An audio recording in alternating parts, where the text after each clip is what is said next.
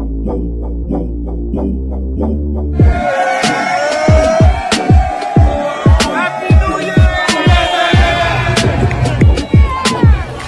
is the Yes Network right here. Phantom Acts of Kindness hooking us up right here. Yeah, he's excelled at every level, and they told this kid, hey, you have the opportunity to win the job in camp. So, like, you got to put Judge in this category. When you're talking about the most impressive season since, like, you got to put A-Rod. Like, format, this first year, the new format, the Beast of the East. The Yankees crushed the best division in baseball. McPherson, WFAN, on stage. Hey, Keith Mack, man, big fan.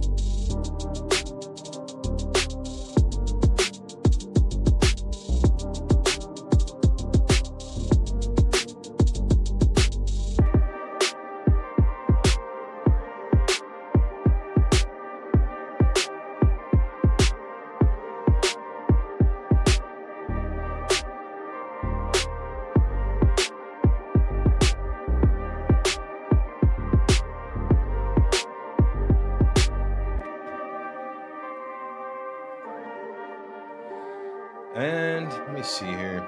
I gotta clip this other mic on.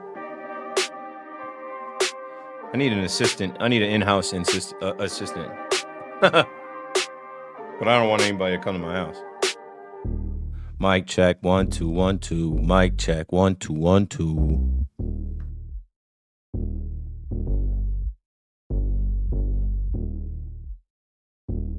Two. It's been a minute. I'm busy. Blessed though. Not complaining at all. Did the overnight last night. And when you do the overnight, your sleep schedule is irregular. One of the main reasons why I stopped doing the schedule I was doing is because my sleep was all fucked up. Like, I wasn't doing good. But I'm doing better now. All right, let me clip this mic on here so I can fire off the Instagram live. Wait for some people to pull up in the chat. Who's the first in the chat? Hello, Keith. Here with a KM, PM, 2 p.m. chat. The lone silencer. The lone silencer. What's good, bro? I'm clipping my other mic on there. My lights aren't even really set up. Matter of fact, let me make this bright.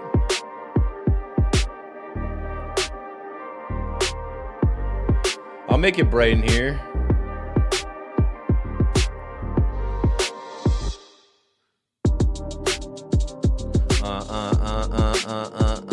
Got the club going up on a Tuesday. Got your girl in the club and she choosing. Club going up on a Tuesday. Might be a Taco Tuesday. Club going up. Club going straight up like on a Tuesday. Okay. Now these lights.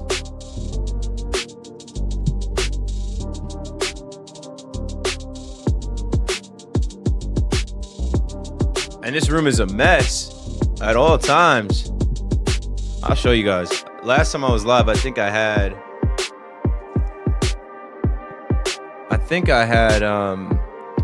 I was going through all my cards and stuff, you know? So that's why this is a mess. But it is what it is. And I was going through all my credentials. Look at all these. I'm like hanging these up on the wall. We'll go through them. That'll be a fun little exercise to do as people come in. And let me fire off Instagram right now.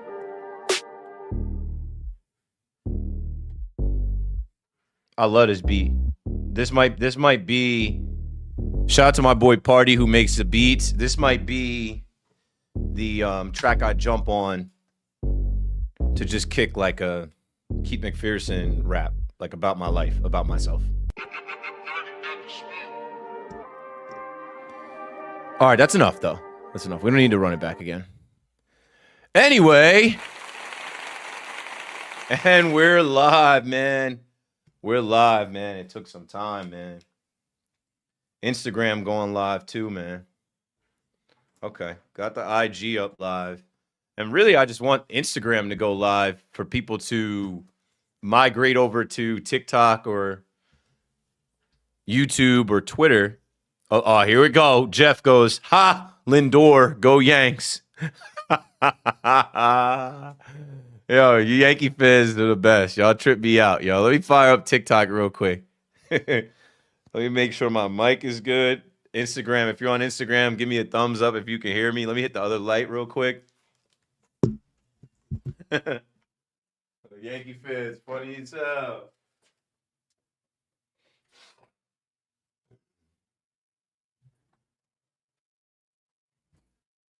But the Mets fans be mad at me.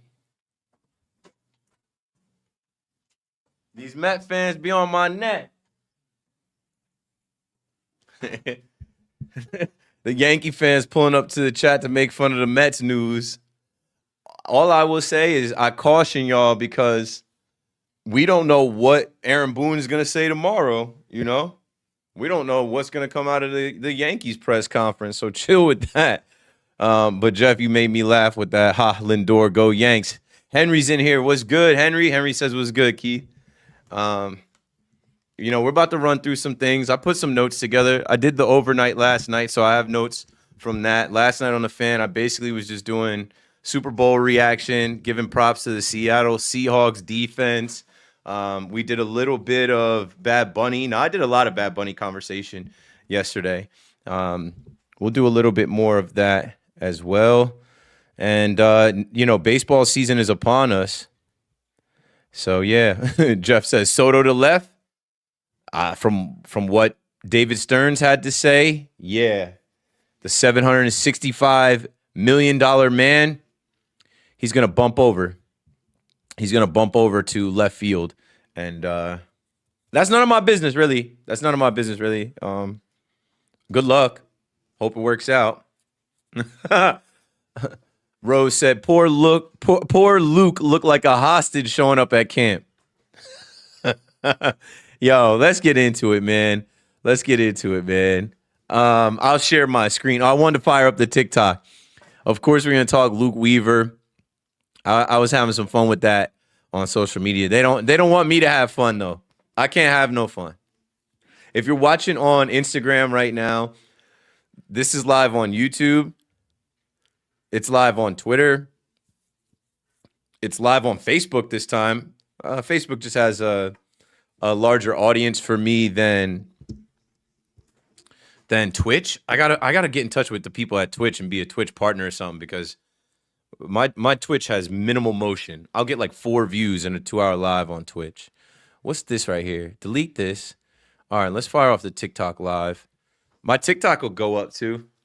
Let's see. Not Super Bowl. Let's see. Super Bowl, Bad Bunny, baseball. That's what we'll call this stream. Go live. Bro, I don't know what the fuck it is. It's like whenever I turn these LED lights on, my face gets itchy, my nose gets itchy. I always am scratching my nose. There's like no scientific way for me to figure out what that is, bro. I don't know what it is, but here I am. Lord Loban says Kick has better creator partnerships. Yeah, maybe I'll rock with Kick. Rose, you got kicked off of X because they said you weren't real. They shut your account down. Yo, people are getting cooked on X. Elon Musk sucks. A lot of my friends got by that DM where it's like, hey, please vote for me. Please vote for my podcast. And once you click that link, adios. There goes your account. You're hacked. So let's do this. Don't mind my itchy nose. Leonard says you're allergic to Met fans. I definitely am. I got Met fans always on my ass. Pause. I got Met fans on my neck. They act like they hate me, but as soon as they see me, right, they come out of the woodwork, boy. They can't wait.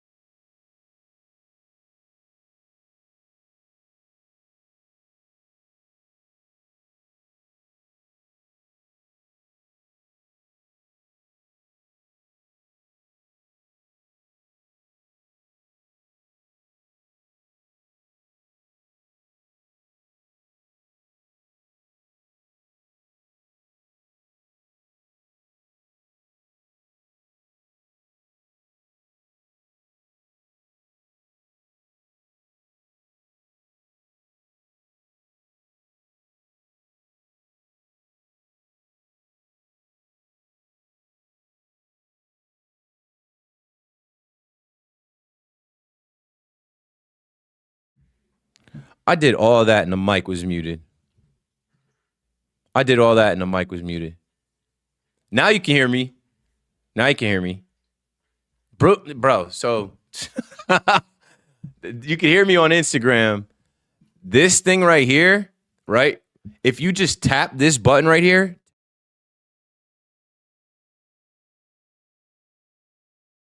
no sound. It's a good little hub for XLR microphones, but I swear if my hand touches it, I'm muted. So I'll do that whole spiel again. Sorry if you got to listen to it twice, but if you're on Instagram, the whole thing is I'm trying to get you guys to migrate over anyway. So we'll end this. If you're watching on Instagram, look me up on YouTube, Twitter, or TikTok, and I'll be live there till 6 o'clock. So see you then. And now, share as a reel. And let me do this. I'll be live until 6 p.m. on YouTube, Twitter. Man, let me drop a beat or something, bro. Let me drop another beat or something, bro. I'll be live until 6 p.m. on YouTube, Twitter, and TikTok.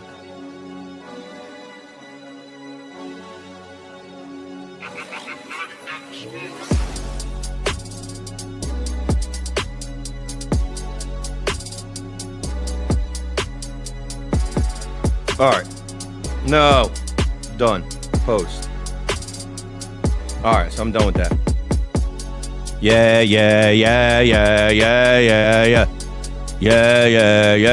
TikTok, they can't hear the beat, though.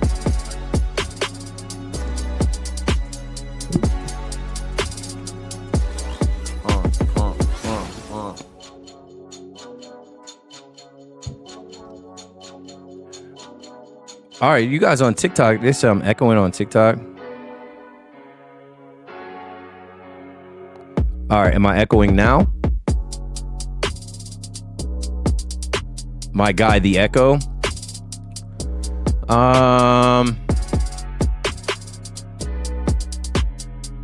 Let me check this control. It's funny, you people on TikTok are like, this one guy is having a fit. He's fucking losing it. He's losing it like he paid for the live. Like he donated to the live or something. It's like, oh my God. What the fuck? Man, I can't hear. It's an echo. No sound. You're killing us, man. I hate this show. This show sucks. Bro, I'm just at the crib. I was in the gym. I did legs today. I got to get my son at 6 o'clock. I was like, I haven't done a live in a minute. Since Thursday. I was gonna go live yesterday and I didn't because I had to take a little nap and then do the overnight, but here I am. Shout out to my guy H&O Dre in the chat. Let's get back to it. On YouTube, let's kick up. On Twitter, let's kick up. Again, apologies for the no sound. We're good. We've got that squared away, and I know what you guys want to talk about here. We'll get some laughs in. I'm looking now, YouTube. No audio.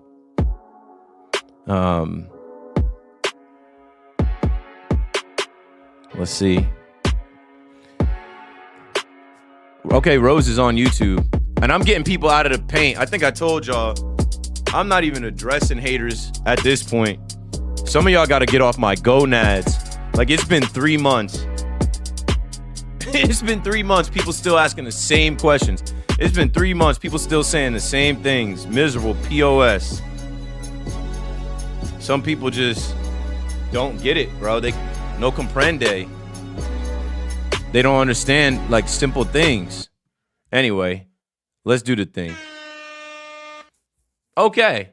So let's go to my Twitter first. I think if we pull up my Twitter first, that'll work. Right? I see we've got, and I'm gonna move this TikTok chat too. What you thought about the halftime show? I loved it. How could I not? Moreno, Africano, Americano, Negro. Of course, how could I not rock with that Bad Bunny halftime show? You know, I'm in New York. That's what I said. I don't know where the hell some of y'all are from, or where y'all go, or what you do, but like hearing Bad Bunny songs is regular in New York. You don't go anywhere that they play that in the bar club. You don't just end up on the street hearing somebody playing that from their car. You don't end up on the train and somebody's playing that from their Bluetooth speaker. I don't know. People act like Bad Bunny is, I don't even know who to compare him to. They act like Bad Bunny came from outer space. Bad Bunny performed at Yankee Stadium. Bad Bunny during the pandemic was on a float coming down Broadway. Bad Bunny been doing hella shit in New York for the last 8 years. Like, he's not new. They act like he doesn't belong. They act like he didn't deserve the platform. He's the most streamed artist in the world.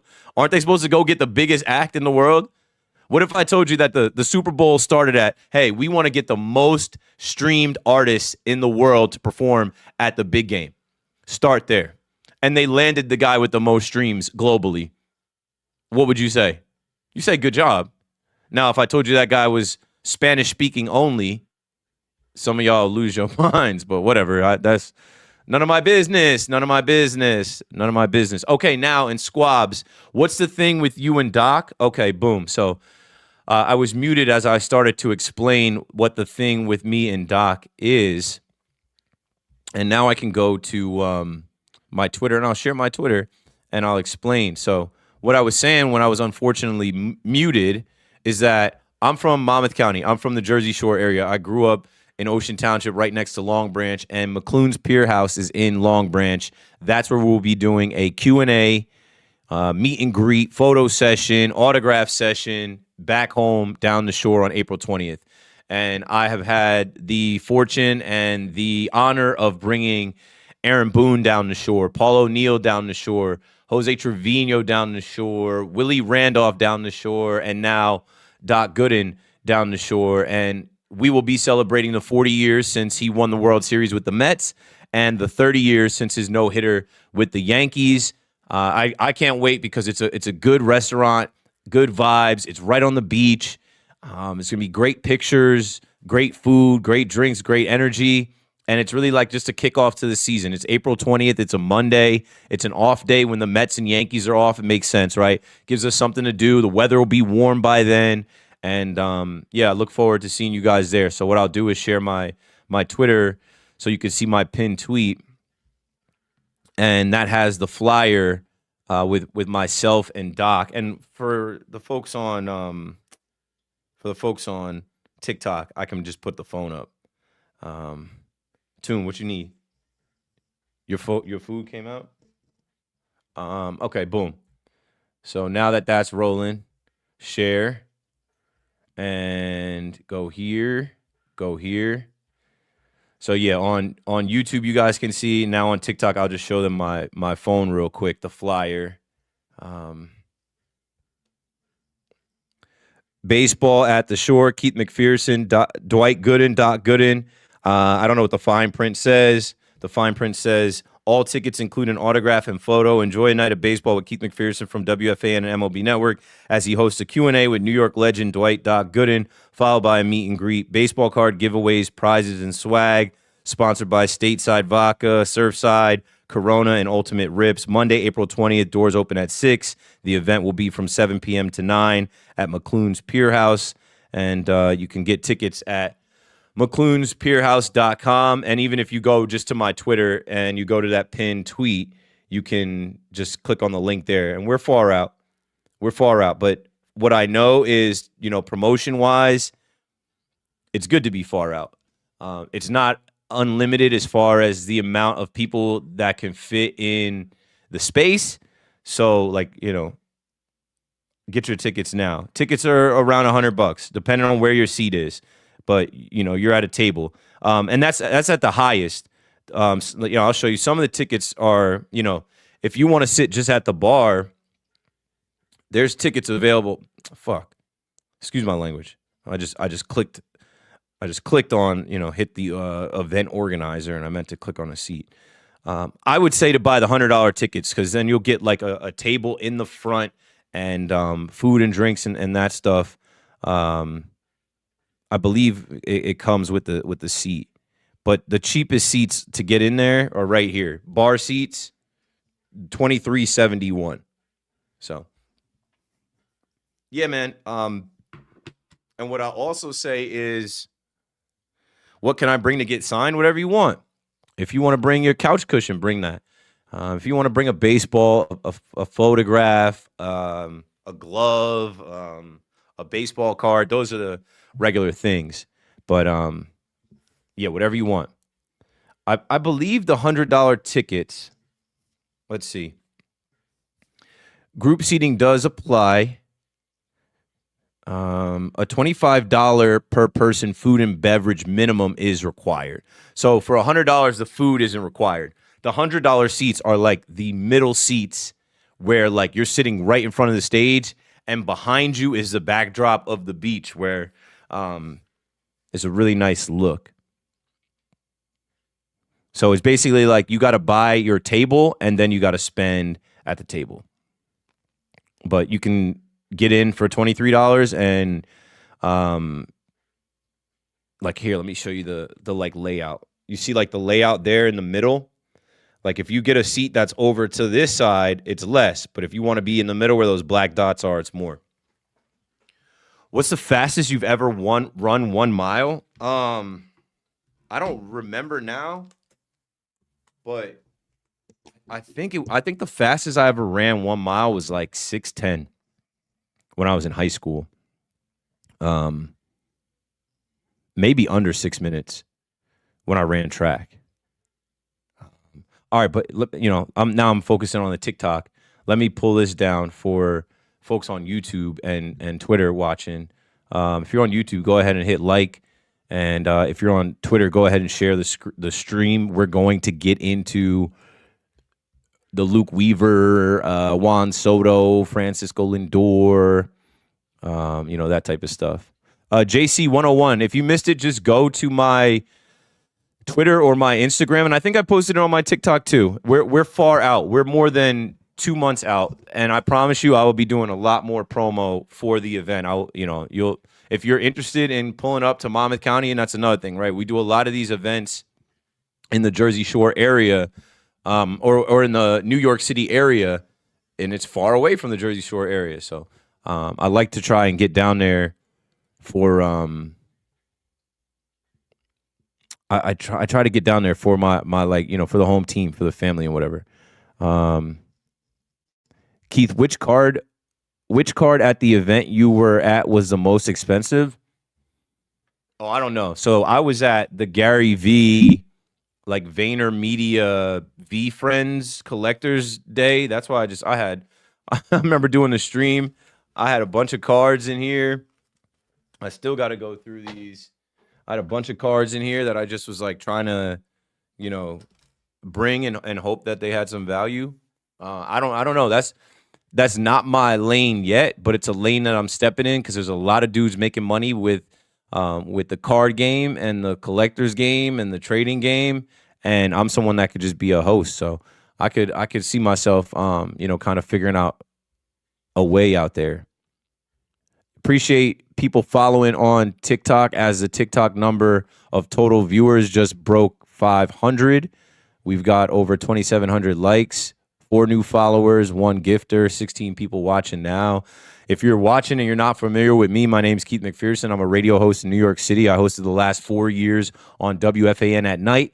Now I am part-time. I fill in from time to time because I grew up a bit and I can't do those hours. So what I'll say is this, stay tuned, right? I'm not done out here. I will be back on the Fan Saturday from 1 to 6 for a lovely Valentine's Day episode of Sports Talk on the Fan. And let's get into that sports talk now. So, you know, let's share the screen again. This got a lot of people going. And I get it, bro. Heads are wild goofy. They just like get triggered so easily. People can't take a freaking joke, but whatever, yo. I like to joke. I like to fuck around. I come from a culture of cutting ass, roasting. Like when I was little, we used to get on the bus to elementary school, and it used to be, boy, if you don't get your like. So now I just naturally make jokes and troll and do that type of stuff. And when people don't get it, when people don't understand that, like, we're like, yo, if you don't get your big headed ass, like that's just what we do. Like, and we didn't mean anything by it. Dre says, are you using TikTok on a phone or PC? On my MacBook. All of this is running through my MacBook right now. Phone is right here. I was just showing you the phone. It's just easier for me to kind of run everything through this central hub. But yeah, let's do this right now. Luke Weaver, Weavy Wonder. So yesterday I put out a tweet with Luke walking into Port St. Lucie, the Mets facility. And I'm like, bruh, what are you doing? I said, laughing my ass off. Luke Weaver could have used any other bag, suitcase, bought a new one. Pulling up with the Yankees logo on him one more time before he has to put that orange and blue on. And people got mad. People had a lot to say, but they always get mad because I trigger them. I'm the #1 Mets troll over the last 4 years. You know, I'm the #1 Mets troll, and people are bothered by that. People, they hate when I talk about the Mets, and what they can't get through their thick skull is you don't have to be a Met fan to talk about the Mets. If you're a New York radio host, you got to talk about all the New York teams. I'm not a Giants fan. I'm talking about the Giants all the time. I'm not a Knicks fan. You'll hear me talk about the Knicks. The Knicks play tonight. I'm going to watch the Knicks play the Pacers tonight. I'm a whole Brooklyn Nets fan. I don't have anything to say. Cam Thomas, are you kidding? Yeah, what? Are you kidding me? Are you crazy? Cam Thomas just waved. The Brooklyn Nets act like they're already good. But anyway, let's get back to what I'm talking about here with this. Oh, and what you guys are seeing here, that was Sunday. I hosted a Super Bowl party out in Brooklyn. It was amazing. Good vibes. We'll get to the Super Bowl. We'll get to Bad Bunny now. It's starting to become old news. But so here is what happened today.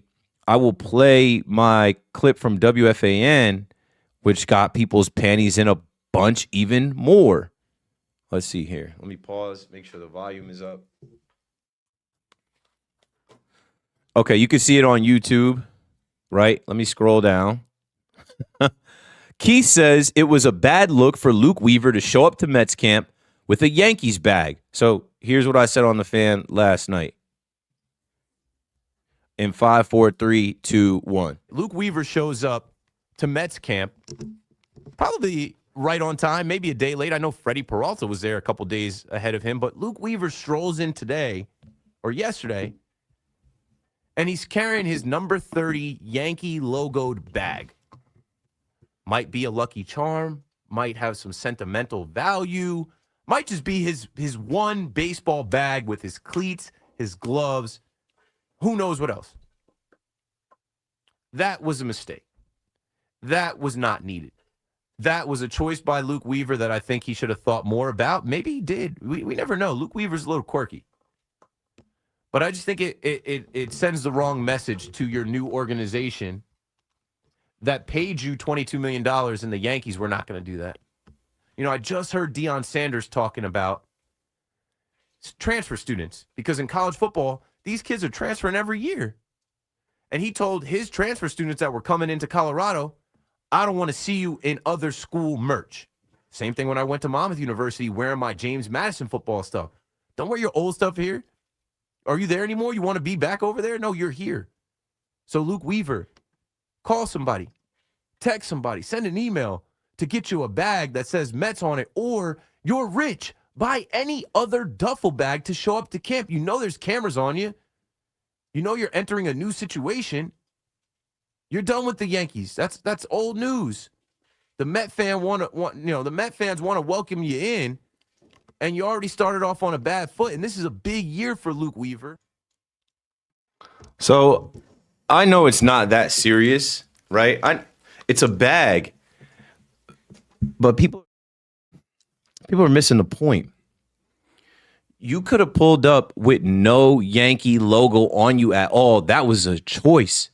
That was a decision. You probably didn't think about it long enough, or maybe it was intentional. Maybe he was trolling, but it made news, and it's not a good look because there has been a pipeline of Juan Soto, Clay Holmes, Luke Weaver, Devin Williams, and you can go back to the Harrison Baders. You can go back to Luis Severino if you want as well. Luke Weaver probably wanted to return to the Yankees, but there's no way in hell that the Yankees were going to pay him that much. Karan said, Luke looks like first day of high school. He does look like a little boy. I was trolling today some more. I doubled down on it because, one, they showed Devin Williams pull up, and he pulled up with his All-Star game bag on. And then they had a second day Luke Weaver video And I put this one up right there where I quoted, I said, they don't know I have Yankee socks on. And he's throwing in, wait for the smile, wait for him to notice the camera, smiles at the camera like, yep. And then I put my own socks patrolling. Like, it's fun. You guys don't have any fun, man. You guys are so serious about sports, you can't even laugh. You can't have any fun, man. Here we go with the goofies in the chat. I'm not responding to no goofies in the chat. I'm blessed and highly favored. I can't even tell y'all how much. You know what I mean? Like, if you think that, I just think whatever you want to think at this point. I don't even care. I thank you for watching. I thank you for pulling up. It's like I don't pull up to anybody's stream to say any goofy shit in the chat. Like, I don't ever pull up to someone's stream to hate on them. I pull up to someone's stream to watch. And then I'll throw a super chat. I'll like it. I'll share the stream. I'll send words of encouragement to the stream. Like, didn't you guys get that whole message from Bad Bunny? No? You guys missed that whole Bad Bunny message? Bad Bunny said the only thing stronger than hate is love, and y'all still hating. Y'all still hating. Like, Bad Bunny, people were thinking Bad Bunny was pulling up on some, division type shit. People were thinking that Bad Bunny was pulling up on some divisive stuff. People were expecting him to do crazy things. I was talking about it on the fan last night. People were saying, oh, he's going to wear a dress. Which, like, if he did wear a dress, so what? Oh, he's going to burn the American flag. Are you crazy? That's a crime. Like, and that picture that they had floating around the internet of Bad Bunny with a burning American flag, that was fake. Somebody made that up. Oh, he's going to kiss a man. He's going to have guys. Like, bro, some of y'all are so homophobic, too. It's comical. Like, y'all more scared of homophobia than being broke. Like, y'all trip me out. I'm loading up some Bad Bunny Baba info for y'all right now. This young lady did a great job of putting this together. We're going to give her credit, and we're going to go through some of the little things, because when I was in Brooklyn watching, shout out to Planet X Studios, I was out there watching, and a lot went over my head. All I was doing was bopping to the song, whatever song we were playing. The TT Me Pregunta. I know, yeah. Hey, take him to VIP, take a selfie, say cheese. Hey, I was waiting for that. Nueva York, si tú quieres tu metic. No, I'm not a Spanish major. Yo no hablo español. Un poco, pequeño. Yo no sé que lo que. Like I said, I'm just a brother that has been in New York long enough where, like, I'm like, where do y'all go that you avoid Latino culture? I think you got to go out of your way in New York to not hear any Hispanic, Latin influence, music, vibes. And, like, where do y'all eat? What? I don't know, yo. It's like we all live in different worlds. Some of us are we're in the same world, but we're in different realms and planes. And it is comedy to me. They made a whole separate halftime show. I didn't even know what TPUSA was. Somebody tweeted me and they're like, you're not watching TPUSA? I said, what the fuck is that? And then I learned, somebody was like, it's Turning Point USA. And they had to make a whole other alternative halftime show to be racist. Like, the lengths that people go for racism is wild to me. Like, people go hard for racism more than they do for fandom. Like, being racist is more important to people than the New York Yankees, the New York Giants, or like down there, the Roll Tide. Like, the lengths that people go to show how closed-minded, negative, ignorant they are is astounding to me. I never could move like that. And I said on the radio last night, I guess because I've been discriminated against, I guess because I have felt racism, I have felt prejudice, I have felt discrimination, I would never want to practice that on anybody else. I would never want anybody else to feel that way. I'm cool with everybody.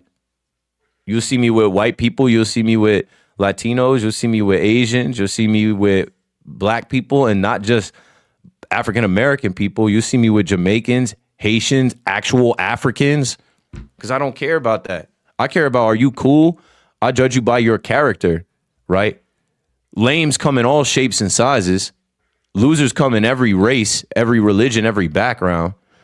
They don't discriminate with scumbags, right? They make scumbags in every type of way. But yeah, let's look at some of this. So boom. First, the party and the protest. Bad Bunny's outfit, right? There were a lot of people saying that, he had Ocasio, his last name, on the outfit. And he had the jersey, the 64, right? People were trying to decode that. They were saying that his uncle played football. But at the same time, other people broke it down where if you look at this, it says the 64 and the name on the back. Ocasio is his mother's surname. In a patriarchal industry, he chose to honor his maternal lineage. The 64 represents his mother's birth year, but I also saw that the 64 represents the number of people that died during the hurricane that was reported by Donald Trump back then, but the number was actually higher. So it depends what you read, and I don't know. There's misinformation out there as well. But I like the football. I like it's American football, right? He wore a American football style jersey. Let's see. Costume Brismo and the Casita. So what you saw was, that house that he had in, his tour.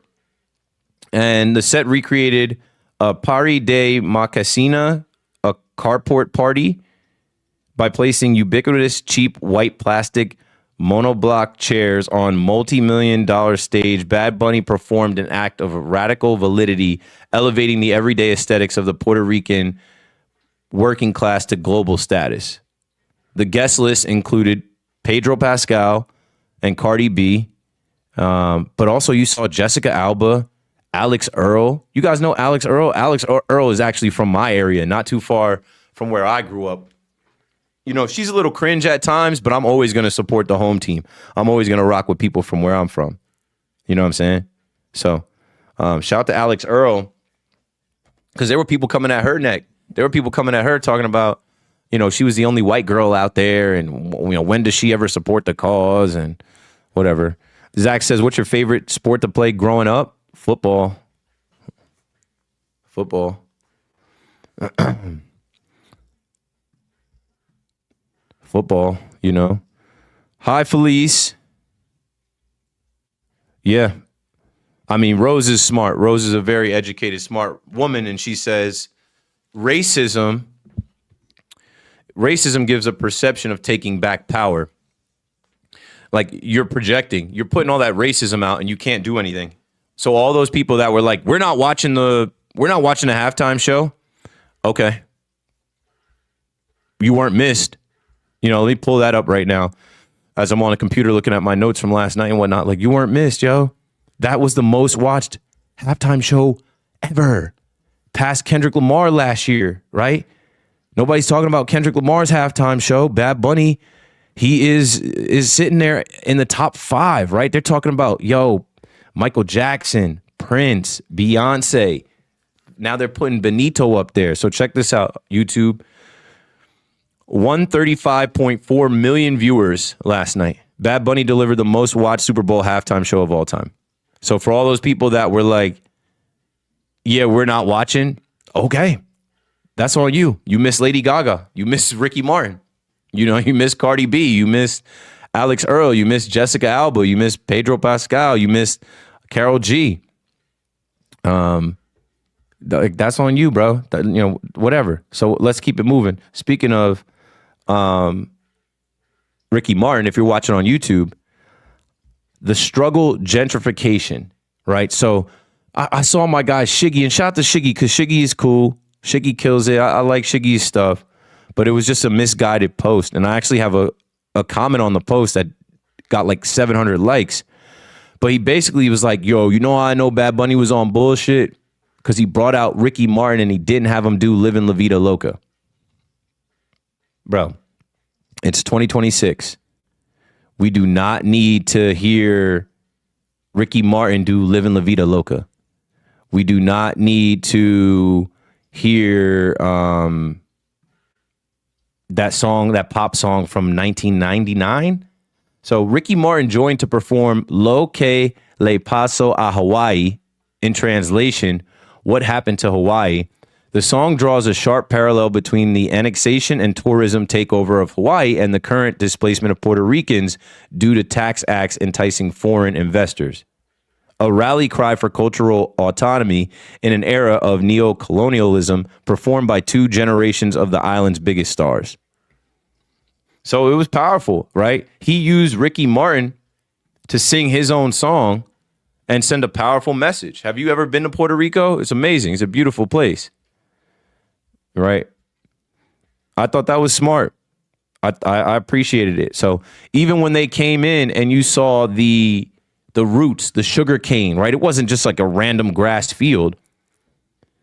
The performance opened in a sugarcane field, a direct reference to Puerto Rico's agricultural history. The dancers donned pavas, the straw hats worn by jibaros, the rural subsistence farmers, and everybody knows that's their like main export, right? That's why everybody, wanted Puerto Rico back in the day. So the protest also, where you see him climbing up the electrical poles, that was also talking about the effect of when a storm hits, Puerto Rico doesn't have power.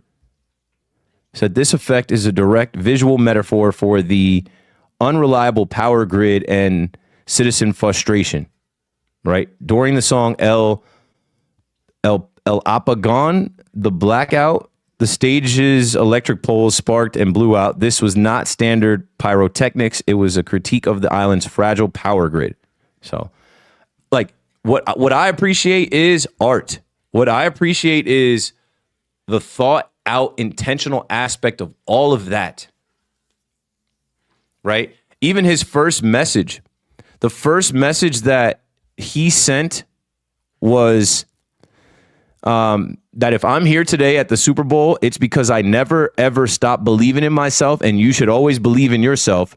You're worth more than you think, even if there are coward randoms that pull up to your chat that don't know anything about you, your situation, your finances, your contract, what you're doing next.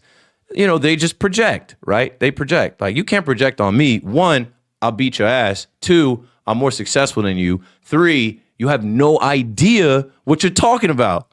Like, I love that the 2016 challenge just came out and Bad Bunny won. Bad Bunny had the picture of himself as a cashier ringing up groceries in 2026.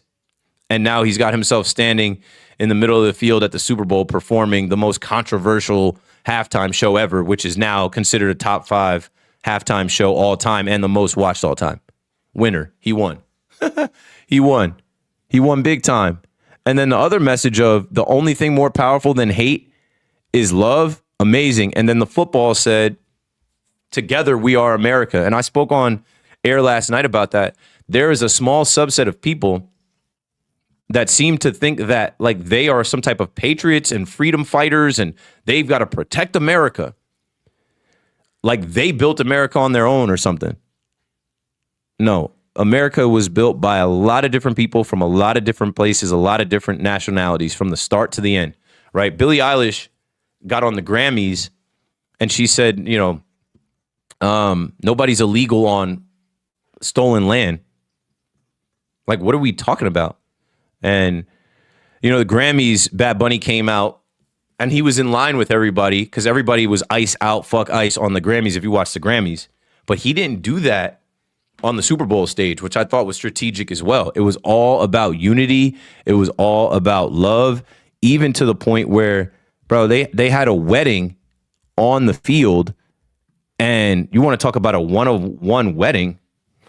Supposedly these people invited him to their wedding, and he responded with this: "No, you can get married at the Super Bowl." So the wedding during Bad Bunny's Super Bowl halftime was real. His reps confirmed the couple had invited Bad Bunny to their wedding, and in turn, he allowed them to get married during his show.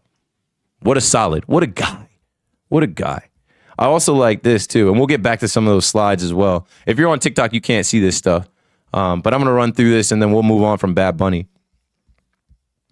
You know, just a little symbolism, little things like the young man who was sleeping on the football on the chair. So, Esports Doug writes, there were so many insanely cool nods to Latin culture, and they all felt authentic and real. Even this kid asleep at the wedding. I remember being that kid growing up, family and friends dancing and partying to music late into the night was such a normal cadence and heartbeat of my youth. The wedding, the walk at the beginning, and the New York stuff, all of it, so well done, Benito. And like, I've been living in New York for the last 10 years, 11 years.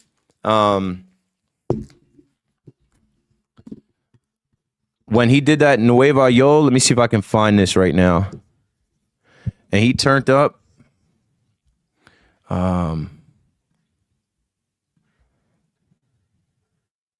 Yeah, right here.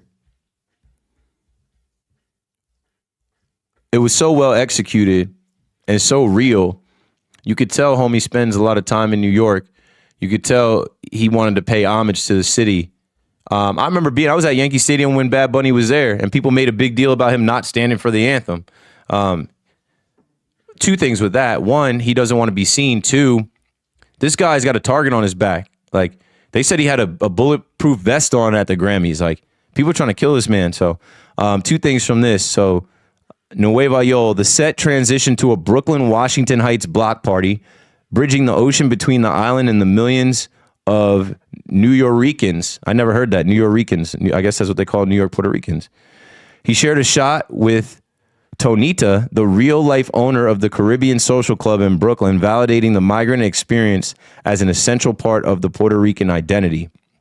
He also used the Puerto Rican flag with the light blue triangle around the star. And that's from their original independence design from 1895. The navy blue was from 1952, the colonial standard, which the United States did so they would match the flag. He killed it. What else did I miss? Right, I did the wedding. I did the football. Together We Are America. Like, it's not just Bad Bunny. It's a whole production team. There's creative minds, creative people. There's so many people that he pulled in for this night. In the message, challenging the U.S. monopoly on the denonym American, asserting that America is a continent, not just a country. My motherland, Puerto Rico, we are all still here. Together, we are America. Yeah, and, he shouted out South America. He shouted out Caribbean islands. Right, because if you're looking at this, Trump calls halftime show un-American, a foreign spectacle, the performance, whatever. It's over now, and they won. They won, and I think they went about it in a very classy way, artistic way, and I could appreciate it. And when I was sitting there watching it, I did not know all that. When I was sitting there watching it, I did not know all that. And going back to what I'm saying here about Bad Bunny and the I'll share my screen right now. There's a story that was out there, and believe half of what you see, none of what you hear. Let me play this real quick.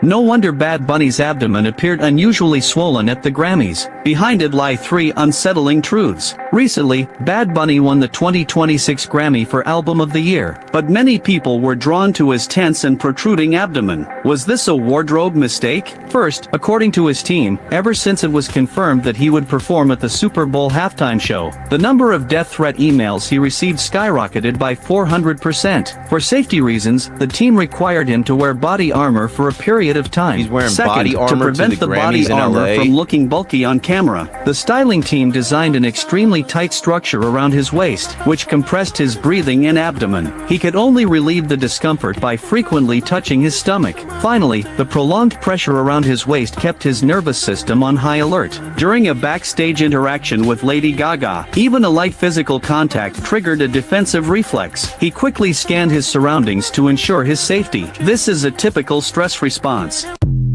Bro, like,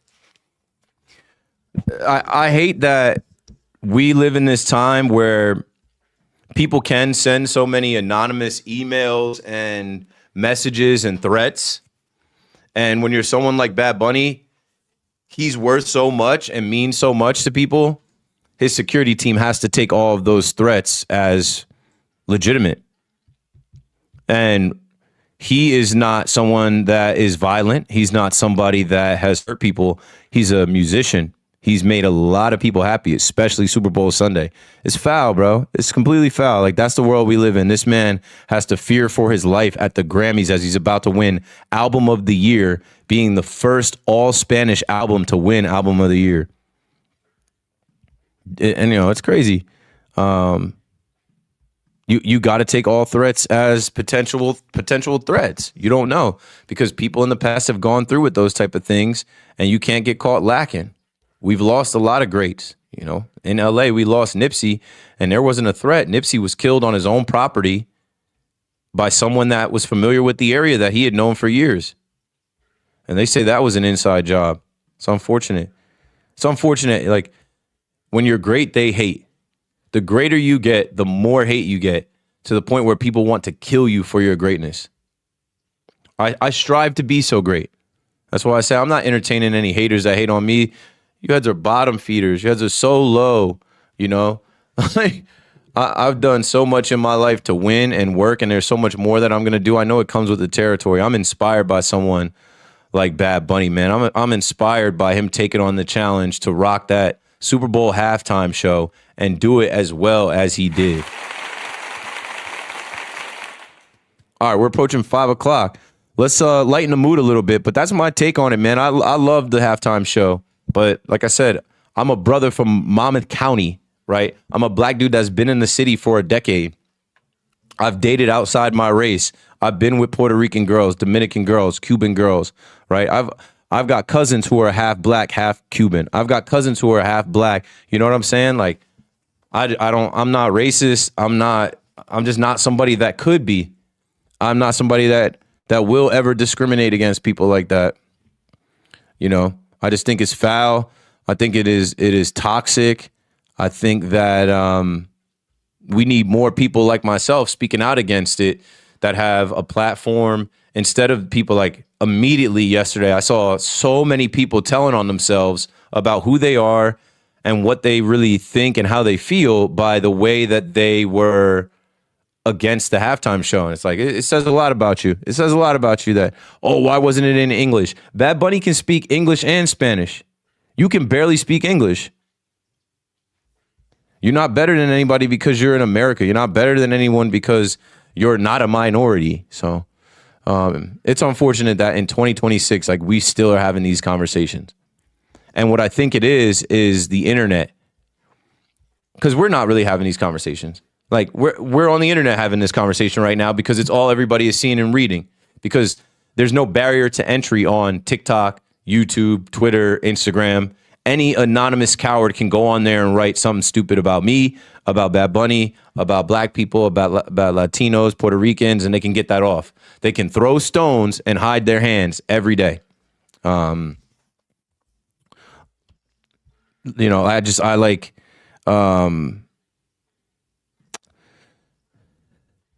don't have an answer for how it changes. I don't think it'll ever change because this type of stuff is passed down. And it's about who you're around. And there's always going to be people teaching this type of stuff to their kids. There's going to be, you know, these quiet circles, and they're not even quiet. That's what I'm saying. People are not quiet about the racism. People are not quiet about, you know, how they feel.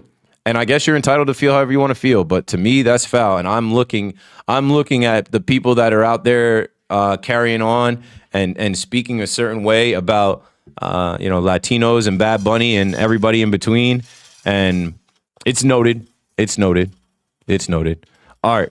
My cat's food has come out, and I was trying to hit some of the Lindor stuff and some of the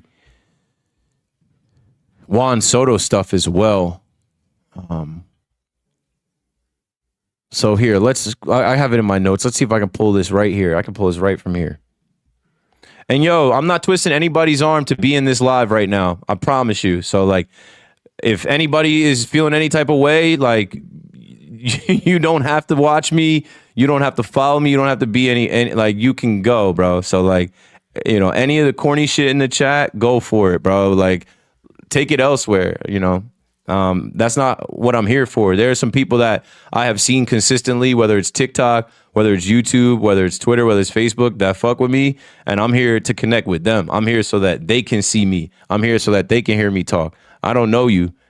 You know, I feel like people are so bold. You would never walk up to me and talk like that. You would never approach me like that in person.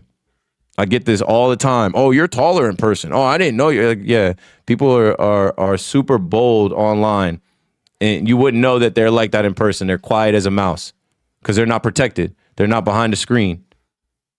So, breaking news today as David Stern spoke. Let's see if we can cue up some of this about Francisco Lindor as well as Juan Soto and the Make It Happen Mets.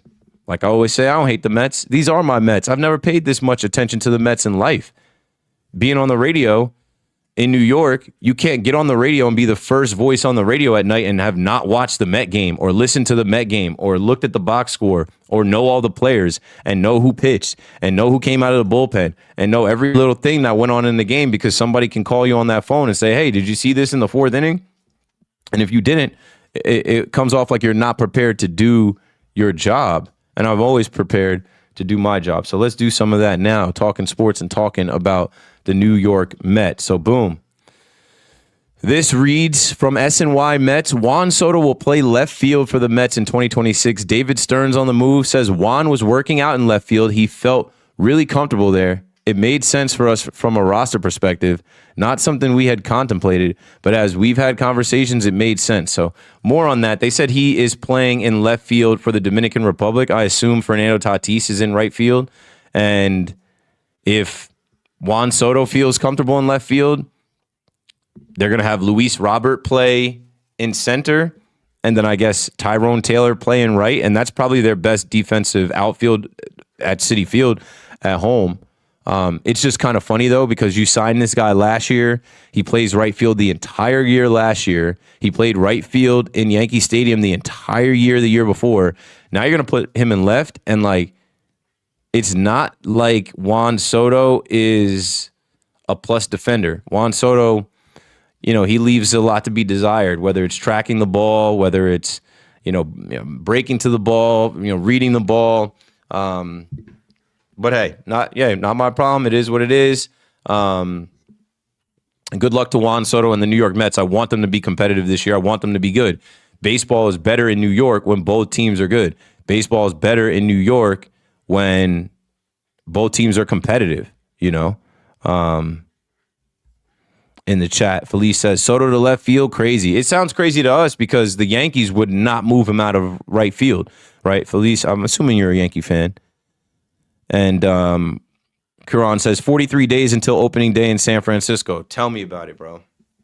I sent an email last week saying, we're 50 days away from opening day.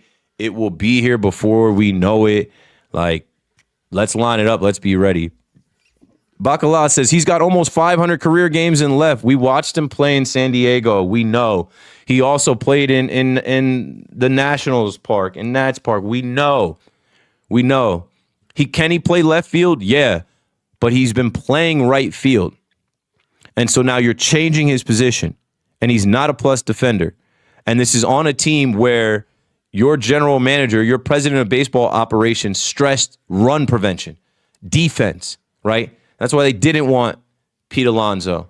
That's why they went out and got better caliber gloves like Luis Robert, like Marcus Semien. But then at the same time, if you're stressing run prevention and you've got guys playing out of position like Jorge Polanco playing first, and Juan Soto playing left field. And here's the setup. Bo Bichette was supposed to be playing third base for the first time, but he might have to play some shortstop. So Francisco Lindor is being evaluated for a stress reaction in his left hamate bone, his glove hand. It could result in surgery. Stern said it's a 6-week recovery, which that would, lead right up to opening day. And if that's the case, no bueno for your big money guy, your leader of the team, Francisco Lindor. And also a report was out there that AJ Minter is looking to return in early May. So more on Lindor, right? And I thought this was peculiar, and I don't know how valid this is. Michael Barron, shout out to him. I'm not saying his reporting is incorrect. This is per David Stearns that he tweeted this out. He said, here are some options for the Mets at shortstop. Vidal Brujan, Jackson Clough, Gray Kessinger, Ronnie Mauricio. Bo Bichette is not currently among the options. What you mean? Bo Bichette, who spent his whole career at shortstop outside of him playing second base in the postseason last year, he's not an option to play shortstop while Francisco Lindor is down? Why not? You rather go with these minor league players? That's a risk. All right, I need to get some water real quick. Be right back. I'm going to drop a beat, and when we come back, we'll talk more about the Mets lineup, playing guys out of position, what we expect from the Mets, pitching, World Baseball Classic, and then we'll get into the Yankees as well. An interesting story came up with Anthony Volpe that I want to share with you guys as we talk Yanks in a little bit. Let me drop a beat, go get some agua, and we'll be back right after this.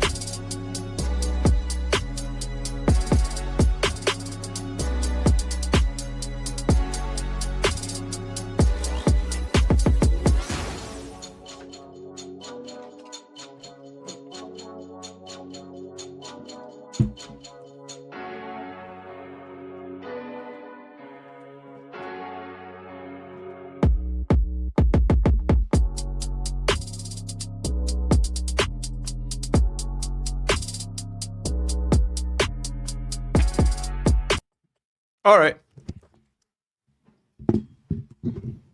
Thanks for holding. Thanks for waiting.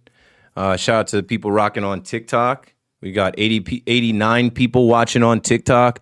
Almost 2,000 people have viewed, 6 gifters, 6 new followers. Damn, if we got almost 2,000 people that watched and only 6 people click follow, what is wrong with me?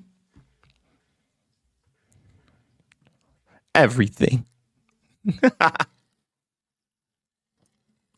Shout out to the good folks over at Poland Spring, because I drink it and they paying me for it. I'm just kidding. They're not paying me. But they did with the activation that we had during the season. If you guys remember me doing that video at Yankee Stadium at the Poland Spring game, that was fun. That was fun. I got to hit them up to do something this upcoming season for real. But yeah, let's get back into it, yo. They were firing off hella shit in the TikTok chat. Let me see. All right, I'm gonna give TikTok the attention right now as I come back. People walk in and out and still counts. Dre, I know, bro. And I saw you before saying, why don't you use TikTok Studio? I am using TikTok Studio. I just will say that I'm beginner level in it. And like, I need to add a moderator outside of Dre as well, just to, you know, have that build up like the YouTube. So if anybody's interested in being a moderator that's been here multiple times, we can do that. Let me see what else is here. Join leaderboard, post your live highlights. I don't think I need any of that. Add a gift goal. You're doing great. Check back for more. Record, highlight, mobile preview. I'm on the mobile right now. It looks like I'm on TikTok Studio on my desktop. Oh, touch on the Megyn Kelly Super Bowl rant. I haven't seen it. I think I saw someone speak on it though. Oh, I saw Taryn Fox speak on it. So if you'd like to hear someone talk about that, look up Taryn Fox, because I'm not well versed in Megyn Kelly. I don't do politics. I'm not a political guy. I don't have a party. I don't care about that shit for real. And so like I don't watch these people on TV that people watch, and like I don't know. It's not my world. So like I don't speak on it because I don't know enough about it. Yeah, Enrique, I'm not gonna look it up, bro. I don't care about it. Like that's what I'm saying. Like, what's the point in me looking it up if I'm not into that shit? Like, I'm gonna be watching Jalen Brunson and them play tonight. Like, there's no point. Like, I don't live in that world. It's not entertaining. Sal says, hoping to make your show with Dr. K on April 20th. Yes. The Doc Gooden show, McClune's Pier House in Monmouth County, Long Branch, is going to be dope. Let me see. I'm scrolling back up. What time are you leaving to get Jackson? 6 o'clock. We'll do this till 6:01, and then I'll go roll. Jason says, the metrics actually at third base are better than at shortstop. Let me see. Let me go back and see everything that Jason said. Jason says, that's great because he actually sucks during the month of April and May. He's talking about Lindor, 2 weeks of May. And Taylor is not going to be in right. It's going to be the other guy, Benj. I doubt that. Like, I mean, if Carson Benj has a great spring, sure, I could see that. But like Tyrone Taylor got hella playing time the last few years. He's definitely got the nod as a veteran. He's a former Milwaukee Brewer that David Stearns is familiar with. I think they lean towards him. So I disagree on Carson Benj unless he has a great spring. And then his metrics actually at third base are better than at shortstop. For Bo Bichette, okay, we'll see. Going back up. How do you feel about our current lineup, including the bench and the Bronx? It's the same. I don't know. How do I feel? I feel like they were eliminated by the Blue Jays. They got owned by the Blue Jays last year. I hope it's different. But like, can I say it's improved? No. Can I say it's worse? No. It's the same. Tomorrow's pitchers and catchers. What's up, Dawn? I think I saw Dawn come in. I wanted to say hello to Dawn. Yeah, tomorrow morning, I think Boone meets the media at 11 a.m. So looking forward to Boone's kickoff press conference. And yeah, it's time. John Miranda says Soto came in playing left field with the Nationals. We know he's not a good defender, though. He's not somebody you can just move around in the outfield and be like, oh, yeah, this is going to work. Like, we know he's played everything but center. He's just spent the last 2 years playing right, and he wasn't a plus defender there. Now you're going to move him to left? It just kind of raises some eyebrows. Jason says he actually threw out a lot of base runners at home. Like, okay, if that's the one thing about Juan Soto's defense that you can give him, that he can throw guys out, good. Coach's Sports Cards. Shout out to Coach's Sports Cards. Did you leave the fan? I left the nighttime spot. I left the full-time nighttime time slot, which was usually like 10 to 2 a.m. I could not do it anymore. It did not work for my family life. It did not work for my schedule. It didn't work for my body and my sleep and my biorhythms. But I'm still under contract at WFAN. And I know people don't understand this. And I'm speaking to Coach's Sports Cards because I like you guys and I've seen you guys at some of these events. And you can take this back to whoever you speak to. I'm not full-time, right? I'm part-time. I am not part of the Monday through Friday lineup. But if they need me to jump in like I did last night for the overnight, I'll go do it. If they need me to jump in like I will Saturday from 1 to 6, I will go and do it. And I said this on air. And like I like the doubt that some people have. And I'm not saying this is you, Coach. I like that people are sleeping on me because I always need extra motivation. Never arrive. Never think that you've made it. Never think that you've done enough. And especially in the winter sometimes, like you'll need that added motivation to like go to the gym and do legs today like I did after coming home at 5:30 in the morning, sleeping from like 8:30 to 10:30, being groggy. I still went to the gym and did what I got to do. And I'm doing this live and I got some work I got to do tonight because I'm always motivated, but I have a little extra motivation by the people that are like, you fell off, you got fired, you're a bozo, you're a bust, you went from WFAN to your mom's basement.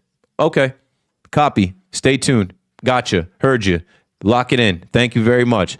Like that is the fuel to the engine. And that's gonna I just keep that type of stuff in the back of my mind. Whenever I get tired, whenever I don't want to do something, when I don't want to try something, I'm like, okay, I got you. And when I'm about to go on a run here, and what I'll say is, I said this on the fan last night. Let's say I have to take a job at Amazon. I remember when I was struggling, I remember going to the orientation at the hotel.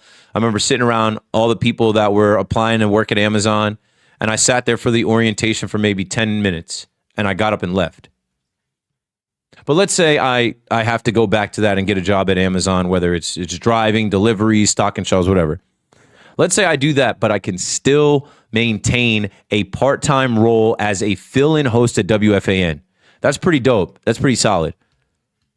There are 53 people in this chat. If I had to take a guess, 55, maybe 2 of you out of that 55 will ever get a chance to host a show on WFAN, and that number is probably too high. It's probably 0. It's probably 0. It was a long shot that I would ever get there. I just put in 4 years of time, and the fact that I put in 4 years of time, it can't be erased. You know, like they can't erase me. So what I'm saying is, let's say I become the next Stephen A. Smith, Pat McAfee, Jim Rome, Colin Cowherd, Dan Patrick. I still would like to go back to WFAN and do shows as well. So whether I end up on this side of the spectrum and I become wildly successful, a millionaire entity in the sports entertainment industry in New York, or I go to a humble, regular job, in the middle is still the 4 years that I did on New York radio, WFAN Market 1, nighttime in the greatest city in the world, where there are thousands of people that rock with my show, my brand, and what I bring to the table. If I could continue doing that still, I'm going to do that, whether I get too big or I get too low. The end. The end. I think that's pretty simple, no? I think that's pretty simple. You know? Right. John Z64, how many other people called a Yankee game? I was blessed to be the first one in the year of 2024 where we went to the World Series and John stepped down and Susan gave her blessing that I would fill in for her. Craig Carton got to call a game. Brandon Tierney got to call a game. Brendan Burke got to call a game. Like, how many people will get to do that? I'm blessed, bro. And I am black. I am African American. I am not supposed to be here. I'm supposed to be a statistic. So it is not lost on me how much I've been able to do and how much I will do. So that's why I honestly just laugh when people hate on me. Like, these are people hating on me that, like, if you stack my resume against theirs, what are we talking about, bro? Like, somebody laughed yesterday because I did the overnight. I had never done the overnight before, but somebody laughed because I was doing the overnight. I'm like, I'm not above doing the overnight. I was excited. Everything is about your perspective and your mentality. I was excited to do the overnight because I'd never done it before. I was literally on air saying, now I've done the morning show, the midday, the afternoon, the nighttime, and overnight. How many people can say that? How many people can say not only have they done shows on WFAN, but they've done every time slot? Anyway, Jay Reels in the chat on YouTube. What up, Jay Reels? P Nice in here. P Nice hitting with the yer. Tell me something cool. I'll tell you something cool. I got something. So I saw this today, and it inspired me as well because I was telling people this in 2018. I said the future belongs to the creators. And when I saw this post, I'm like, it's so obvious where everything is shifting. And even in my calls and conversations, I'm trying to get my followers up. But I thank God that I even have the 80,000 followers across platforms that I have because it's something. And I know how hard it is to start from zero to get there. And I also know if you have 80,000, that can turn into 200,000 quick. So you ask for a tell me something cool, I will deliver. Check this out right here, which is just more evidence of where we are in 2026. Instead of taking marketing dollars and going to hire some big name person or company, NBA Communications writes, the NBA today announced that 200 global creators will converge in Los Angeles to take part in the NBA All-Star 2026, marking the most expansive creator footprint ever for the NBA event. And I wrote, they are sending content creators everywhere. The Olympics, the Super Bowl, we just saw that. All-Star Weekend, I said, MLB, get on this. Like, yo, MLB, and I have some contacts over there, and I think that they're I think that they are and they're on it, and I don't want to, act like I'm sending them a message because they're very smart and they do a lot of stuff. They've done stuff with me. Like, I told you guys, when I was going to these postseason games the last 2 years, the Yankees run to the World Series, the Yankees short run to the ALDS, WFAN had tickets for me, but when WFAN didn't have tickets for me, you know who always had tickets for me? Major League Baseball, Rob Manfred's office. So Major League Baseball, get on it, I said, but I'm sure they're on it. They have a whole pot of influencers. I said they'll definitely have influencers at the World Cup. So tell me something cool. What's cool as hell now is you don't have to have a college degree. You don't have to have a cosign. You don't have to have a dad in the industry. You don't have to send your cover letter resume in. If you are a creator with a certain amount of followers and following, and there's like a certain niche that you hit, you can submit and you could be sent to NBA All-Star to cover it in LA. My sister's doing it. My sister's got a ton of followers. My sister's got over 50,000 followers on Instagram. I think she's got over 180 on TikTok. And she's going to NBA All-Star, and she has a party because it's on Valentine's Day. She has a party that she's hosting on Eventbrite that's a Valentine's Day / NBA All-Star Weekend party. My sister's lit. That's another thing. Don't be surprised when you see me and Taylor pop up. I don't know how many of you are aware of my sister, but I'm calling my shot now, right? Because I'm going to the Super Bowl next year in LA.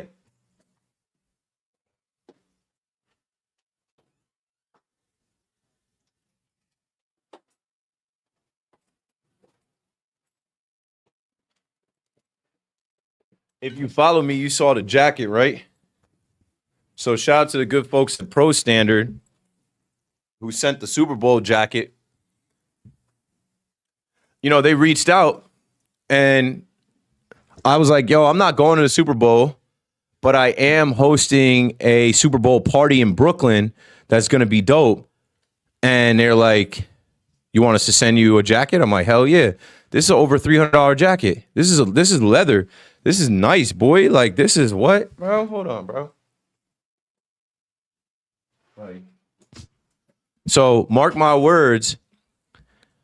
Next year, when the Super Bowl hits LA, I'm going to be getting on the plane from New York, New Jersey, probably Newark. I'm going to be getting on the plane from Newark with this jacket on, this Super Bowl 60 jacket. I'm going to be getting on the plane to go out to LA and link up with my sister and do content. So for all the goofies that think I'm not doing shit, okay, well, just wait, bro. Just wait, bro. I'm going to give you more to hate on, I promise you. As long as God wakes me up in the morning and there's air in my lungs and my 2 feet can hit the ground, we got motion, baby. So stay tuned for that. I'm not joking. Like, there are plans being made and there are things going on. And like, the last thing I'll say before we get back to some of the baseball stuff, you know, people every day show me how much they don't know. They can listen to the radio station all day, all night. They can follow it for years and just not understand. I said this last night that I had some time to reflect in the last 3 months on the last 4 years. And I kept thanking God for the stepping stone that WFAN was for me. Because the amount of people that I've been able to connect with, touch, the amount of people that are aware of me now because of 4 years of telling my story and being myself on that radio station, it has changed my life tremendously. Like, I cannot quantify it even. You know, I do a party in Brooklyn and I'm talking to somebody. He's like, I know who you are. And I go, I don't ever move like anybody knows who I am. He's like, bro, come on. How could I not? And you know, even through this 3 months, the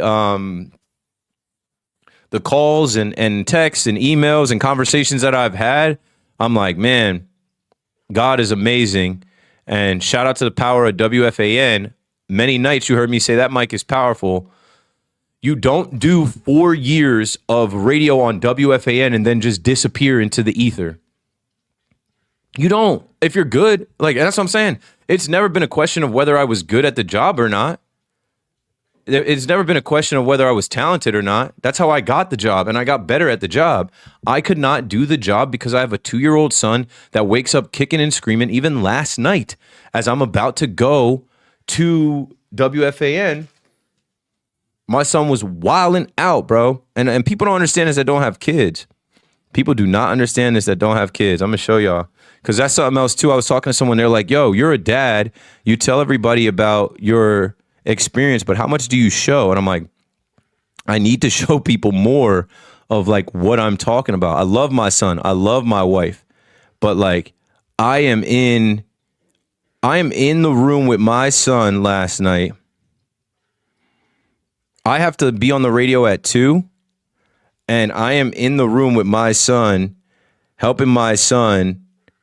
He was coughing and crying, and I'm praying on him. This is at 1 a.m, bro. That's called being a dad. That's called being a man. I got to be on the radio in an hour, but I'm up and I'm helping my son. My son is crying when I leave. He said, Daddy. Y'all don't get it though. Y'all don't hear me though. And then I go in and I help him fall asleep. And then I go to the radio and rock a 3-hour show in the middle of the night. God is the greatest. God is the greatest. We are extremely blessed. And I am thankful to be exactly who I am and where I am in this world. And I thank you all for watching and rocking with me. And let's keep it rolling. TikTok, they can't hear the sound effects. Steve says, didn't you win the contest that ran the broadcast? No, JJ won that contest. I won the round of auditions. They did a round of auditions in 2021, and I had the most social media interaction. I had the most buzz off of my audition, and I thought I was terrible, but people were commenting and writing to WFAN the night I was on, and I was blessed with the opportunity to get that spot. Yeah. Tom Brady says, your son is only young now, family first. I know. My pops wasn't around, and I've kicked that so many times to people for them to understand. When you grow up and you don't have a father in the house, and shout out to my dad, he's alive, and we connected when I was older, and our relationship is fine or whatever, but like, I always knew I was going to be a great dad. I always knew that, like, I was going to be the father that I did not have. And when I realized I was putting my own work and my own brand and my own image and my own ego in front of my son and my wife, that's when it all clicked. That's when it all clicked. That's when I was like, nope, I'm not doing the right thing. I can't keep doing this. Leaving them at night to go on air at 7. I'd have to leave by like 5:30. It's about to be 5. It's 5:30 on the dot right now. No one's in my house. So when I was doing the show at 7, I would be leaving right now. And they would come home at 6:30 and not see me. And then I'd creep back into the house at 12:30. Or on the nights that I had a 10:30 to 2 a.m. show, I would come back in at 2:30 in the morning, go to sleep at 3, really not be into my deep sleep till 4, and then they get up at 6:37 and I'm groggy and I'm cranky and I'm in a bad mood and it's chaos. So life is a lot better now, and I thank WFAN as well because people don't get it. People don't realize WFAN could have said kick rocks, don't let the door hit you, good luck.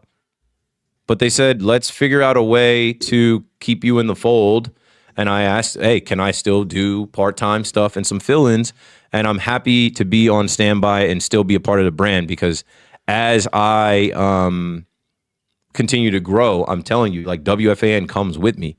Like if I blow up, WFAN comes with me. If I fail, WFAN comes with me, and I'm not about to fail. I came too far to fail. All right, so let's hit the chat, and then we'll hit some of the other stuff. So Juan Soto is going to be in left field. Luke Weaver's got a new bag. Francisco Lindor's going to a hand specialist to see if he needs surgery on his hamate bone. They don't want Bo Bichette to be at shortstop. They want him to be a third baseman, but it's a one-year deal. I don't really understand that. Whatever. I think it's semantics. I think it's like little. I think it's not semantics. I think it's like it's little things that they're saying right now. It's smoke and mirrors. Let's say it's like when it comes down to it, why would you not play the best shortstop on the team at shortstop if Lindor isn't available? Why wouldn't you play him? So what else popped up today? Justin Verlander is back for his farewell tour. Justin Verlander is going to make 10 starts with the Detroit Tigers, and they're stacked. They're stacked. The Detroit Tigers added Framber Valdez. The Detroit Tigers already have Tarek Skubal. The Detroit Tigers went toe-to-toe with the Mariners, and I'm like getting an echo. I'm like, what the hell is echoing? It's this baby app, the baby camera app. Speaking of babies, am I yelling too loud? She's like, get off of me, man. Get off of me. Speaking of babies, that's my other baby. Toonie. What was I doing? Oh, Justin Verlander. Justin Verlander right here. Boom. Back with the Detroit Tigers. So earlier today, Jeff Passan reports right-hander Justin Verlander and the Detroit Tigers are in agreement on a one-year contract. Verlander, 43 next week, returns to the team, which he spent his first 13 seasons and whose hat he'll wear in the Hall of Fame. So I'll clap it up for that, even though, those early years, Verlander was a pain in our ass. I'm not going to clap it up for that. Verlander was a pain in our ass as Yankee fans. He never ended up being a Yankee, and we'll see him when we see him. We'll see him when we see him. Other than that, how about a flop of a deal for one, Chris Bryant? And Chris Bryant was such a phenom coming up. And, remember the Cubs manipulated his service time, and then he wins a World Series with them. And, yeah, talking baseball reports, Chris Bryant will begin the season on the 60-day IL. Bryant, who hasn't played since April 12th of last season, said in November that his back pain was affecting his everyday life. He might be cooked. Damn, KB. At least he got his ring. Tom Brady says, how long is Lindor out? If it's a week or two, then I get not moving Bo. It's not going to be a week or two, but I hear what you're saying as well. They want Bo practicing third base. They want Bo to stay at third base. We'll see what it's going to be. I don't think it's going to be as quick as people say. Because didn't Francisco Alvarez have the hamate bone injury last year, and he came back and he wasn't right, and they can't rush this with Lindor. He's a switch hitter. It's his left hand. It's his glove hand. I wouldn't rush this. I wouldn't just say he's going to be back around opening day. He's going to need a month to ramp up. So if he does get this procedure and it's 6 weeks, 6 to 8 weeks, like you can expect to see Lindor in May. And do you really want to start off the season with Vidal Brujan at? I guess whatever David Stern sees fit. Whatever David Stern sees fit for his ball club. Right. Bacala said Alvarez came back and hurt it again. Yeah, he did. I think he was getting beat up. He's also a catcher. But like you can't play around with that. Let's see. Yeah. Either hit by pitch or sliding. Yep, sliding with his hand first, which was stupid. I remember watching that game like, come on, bro. Let's see. Karan says, Keith, will you join the Yes broadcast again? Tell me something cool. I have history being on the Yes Network. Most people that have been following me know I was on the Yes Network before I got to WFAN. I would love to get back into the fold somehow with Yes. I don't know if it'll be on the game broadcast, but in some capacity, yes makes sense. But tell me something cool. That was strictly a radio thing. Me and John Sterling, and maybe I'll keep that a part of my on-air stuff at WFAN. Verlander is loved out here in Virginia, ODU alum. Oh, I always forget that. He's from out there. I know his brother still reps. I went to James Madison University. Fun fact, I almost transferred to ODU because one of our coaches left James Madison and went there. I almost followed him there. But I was like, I don't want to be in Virginia anymore. Why go to another Virginia school in the 757 when I can just go home? Let's see. Now I need an update that says two-time. Okay, Scott Angle is in here. Been checking out the Pro Standard jackets. They look sharp. Want to see what Pro Standard has for Super Bowl champion jackets. Now I need an update that says 2X champs. They have some really good quality stuff. And I'm sure there's going to be a ton of Seahawks merch. Scott, while I have you, when is the parade? What day is the parade? When's the parade scheduled? Today? Tomorrow? It's got to be soon, right? It's got to be soon.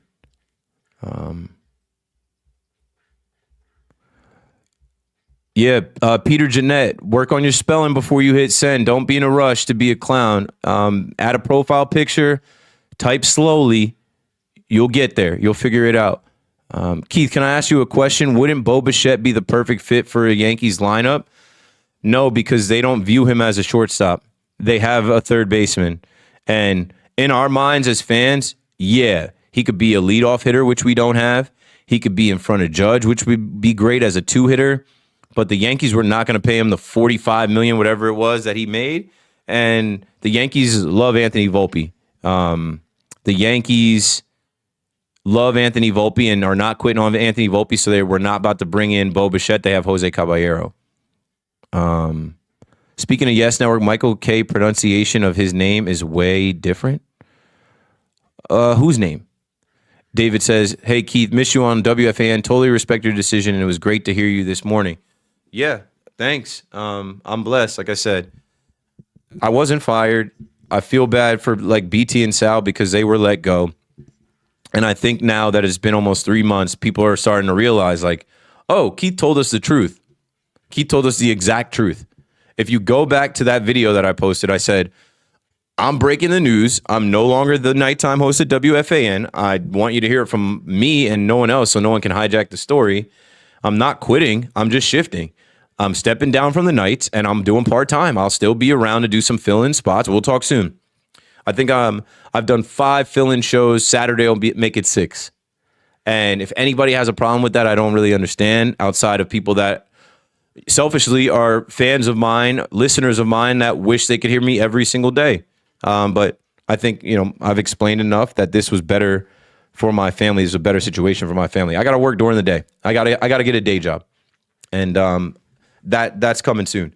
I was not afforded an opportunity to be on air during the day at WFAN. Evan and Tiki moved to the midday and pushed BT and Sal out. Craig came back. Big Mac joined him as his co-host. Tommy took over the spot that I left. And that's the roster right now. Ray says, did Carton want you for co-host? That conversation never came up. Craig and I have a great relationship. I went in, I think, last Friday or 2 Fridays ago to rap with Craig. I'm happy for him. I'm glad he's back. That conversation never came up, but I'll say I'm super happy for Big Mac because Big Mac has worked there 18 years. He's done everything. He knows that place inside out. He was doing a great job as the overnight host, and his Saturday show is phenomenal. And I think because he has a rapport with Craig, he used to produce Craig's show, Carton and Roberts. I think he was the perfect pick to be Craig's partner, and I never thought that that would be me. I'm like, as I talk about him being there 18 years, I did 4 years, and you know, there's a line. There's like you got to put in some time. You got to have time and tenure to get to some of those top spots, and I understand that. What I'll also say is I am more dynamic than just talk radio. I'm doing this live stream now. I started doing live streams of my radio show this time last year. If you remember, I started bringing in my camera, my tripod. I started to bring in a mic, and I started to stream my show on YouTube just because I knew like that's the way. I knew that was what needed to be done because that's what the young kids are doing. That's what the young kids are watching. And when I say I'm more dynamic, I think what you will start to see, if you follow me on Instagram and TikTok, you've now seen different content from me. But coming soon this baseball season, you'll see more of what I can do besides sitting at the radio station for 3 hours a night doing a show after the game from 11 to 2. Sorry, but you are the wrong color for that station. Their on-air talent isn't a reflection. Well, I can agree and disagree. I'll say in the history of WFAN, there hasn't been that many black people. But if I'm the wrong color, why was I hired? If I'm the wrong color, why did I have my own solo show for 4 years? If I'm the wrong color, why am I still popping back in there? So I disagree. I don't lean into the racist stuff. There's also people that say I was just a diversity hire. There's also people that tell you I'm not good at the job. They just needed to hire a black guy to check a box. But then there's some people that tell you I'm the best host. There's some people that tell you I'm their favorite host. There's some people that say I'm one of the better hosts all time. So the radio is subjective. It's listening. It's like music. Who's your favorite artist of all time? Who's your favorite, band of all time? Who's your favorite rapper of all time? Everybody in the chat, put in your favorite rapper, your favorite band, your favorite artist. 1, 2, 3, go. It's going to be all different. We all hear things differently. We all connect to things differently. We all have a different background and experience, and yeah, it's subjective. So let's see. What's a good place to eat before the Yankee game? I have a history of eating at these, let's say, 4 places. If I go to the Yankee Stadium, I try to get there by 4 or 5 o'clock, preferably 4, 3 hours before first pitch. And in my broker days, I would strictly eat out of the Bodega or El Pollo Sabroso, the Dominican spot. So I would, like, if I had $5 to spend, you can get a chopped cheese for $5 on a roll, not a hero. If I have $5 to spend, you could get 5 $1 empanadas. I'll bring my own water, or I'll bum a beer off somebody. This was years ago. But it depends what you're in the mood for. I also like the food at Billy's. It's expensive, but I don't have to pay for it. I would say the places that I eat, the Bodega, you can go there and get you a sub, get you a chopped cheese, get you a turkey sub, get you some empanadas, get you some chips. You're all good. Right next door, you have Flavas where you can get wings. But I always go to El Pollo Sabroso. It's the Dominican spot because $13 will get you a big-ass plate, and they will stuff it full of rice, beans, fish, Dominican lasagna, chicken. Like, you could get a half a chicken with rice and beans for $13 and a soda. And you could bring it in the stadium. If you want, you could get that with a water, bring it in the stadium, or like a canned soda, bring it into the stadium in a bag. They don't trip because they know the deal. Where else have I ate out there? That's pretty much it. I said 4 places. Maybe Yankee Tavern. I've ate at Yankee Tavern, but I don't make a habit of eating at Yankee Tavern. It's a place to drink. I feel like I'm forgetting a spot. There's 2 bodegas, by the way. There's a one bodega on 161st by like the urgent care and the Apple Bank. And that is the place to eat because they will make you anything. That is more of the eating bodega. The drinking, smoking bodega is off of Girard Ave. Taco Bell, one and done. I do not eat at that Taco Bell over there. One and done at that Taco Bell over there, straight up. And then, Hard Rock. Hard Rock is a sneaky, shout out to the good folks at Hard Rock. Hard Rock is a sneaky place at Yankee Stadium to catch a good vibe, a good meal, some good drinks. It's a restaurant. And if you have reservations and you go to Hard Rock, you can get in there early and then you don't have to wait in line. And then as soon as they open the gates, you can go right from the Hard Rock into the stadium. That's free game I'm giving y'all, man. My guy KP, bro. Holla at me when you want to go to the game, man. Holla at me when you want to go to a game this year. The great thing about this year with me, praise God. Praise God. When I get to go to the game, this year, I can go to the game and I don't have to leave. You know what I mean? Like, you know how many nights I went to games and it was 8th inning? I'm like, all right, y'all. They're like, yo, you about to go to the station? Yo, they're like, yo, Keith's about to leave to go to the station. Yo, I'm like, tie game. And then I got to run. Like, I had to cut it close. Postseason, I wasn't leaving those games. Postseason games, it's the 9th inning, last out. I'm 1 foot out the door, and I'm running to my car. Because if you get stuck in the parking lot or you get gridlocked in there and you got to be on the radio, I had it down to a science. I'm also getting too old for that. I had it down to a science where I would be, looking at Waze, right? And usually it's a 35-minute ride from the Bronx to WFAN. And like clockwork, from the last out until the start of my show, it's an hour. So I have an hour to get my ass out of the stadium, into the car, drive down the Harlem River Drive or whatever way they send me, the West Side Highway, safely, park at WFAN, go upstairs, set up my MacBook, plug in my headphones, put my mic sleeve on, have my notes together, which all game I'm taking notes, I'm writing stuff down, I'm looking at the box score. A lot of times I'm in there listening to Dave and Susan, John and Susan. I'm preparing for the show. I did see Sal pop up. Shout out to Sal if Sal is in here. I see the Sal Licata show sent some roses. Make sure you guys follow Sal. And I forget what is it, Goombas? Bada Booms. I think Sal's producer. They've been putting out some great stuff. And make sure you guys support Sal and BT as well in their endeavors as they are launching their show, getting it off the ground, putting out good clips and stuff. When it's time for the Keith McPherson show to be launched, you'll know. But anyway, YouTube chat. Ray says, you're making me hungry and I just finished eating. Yeah, I'm about to be out in 12 minutes. We're going to do some food content tonight. I got to start that for my Instagram. You know, I'm making some grilled chicken tonight. That's not a flattering image.